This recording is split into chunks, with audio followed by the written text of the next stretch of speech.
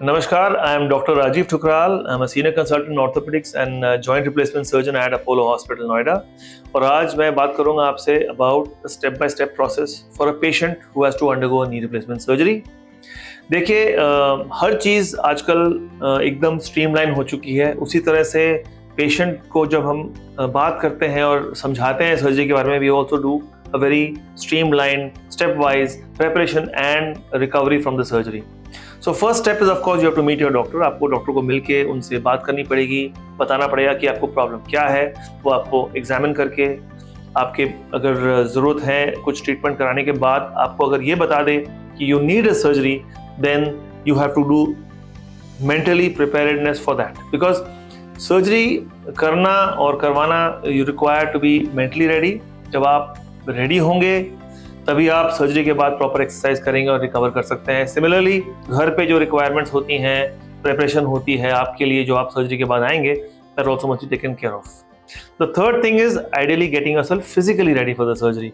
उसमें हम normally patients को ब्लड टेस्ट बोलते हैं, खून की जांचें के अलावा चेस्ट एक्सरे, ईसीजी, इको, जो भी टेस्ट रिक्वायर्ड होती हैं एनेस्थीसिया के लिए, स्पेशली जो उन पेशेंट्स के लिए जिनको या तो ब्लड प्रेशर या थायराइड या शुगर की प्रॉब्लम हो या कंबाइंड ऐसी प्रॉब्लम्स हो, या फॉर दैट मैटर अगर कभी स्टेंट लगा हो हार्ट की प्रॉब्लम की वजह से।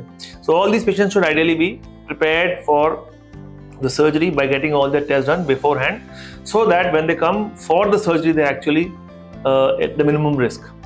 The third step is getting admitted. On that day normally doctors आपसे जो बचे कुछ टेस्ट हैं वो करवाते हैं, आपको फिर से एग्जामिन करते हैं, आपके एक्सरेज देखते हैं और वो प्लान करते हैं कि वो सर्जरी जो करने वाले हैं उसमें कुछ स्पेशल इक्विपमेंट यूज होने वाला है या it's going to be routine surgery.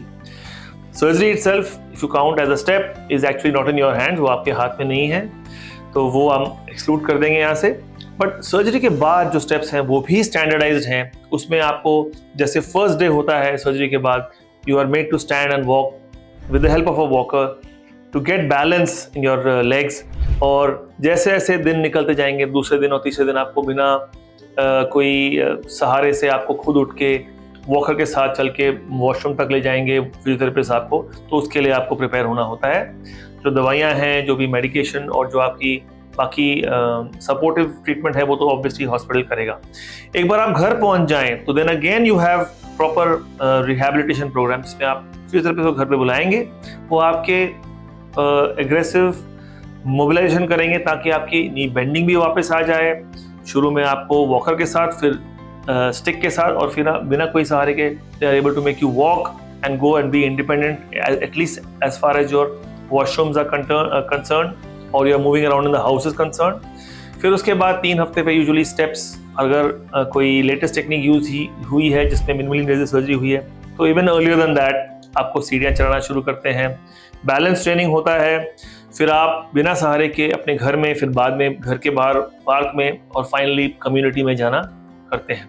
तो ये स्टेप वाइज प्रोसेस है जो एक स्टैंडर्ड आज के दिन में हो चुका है।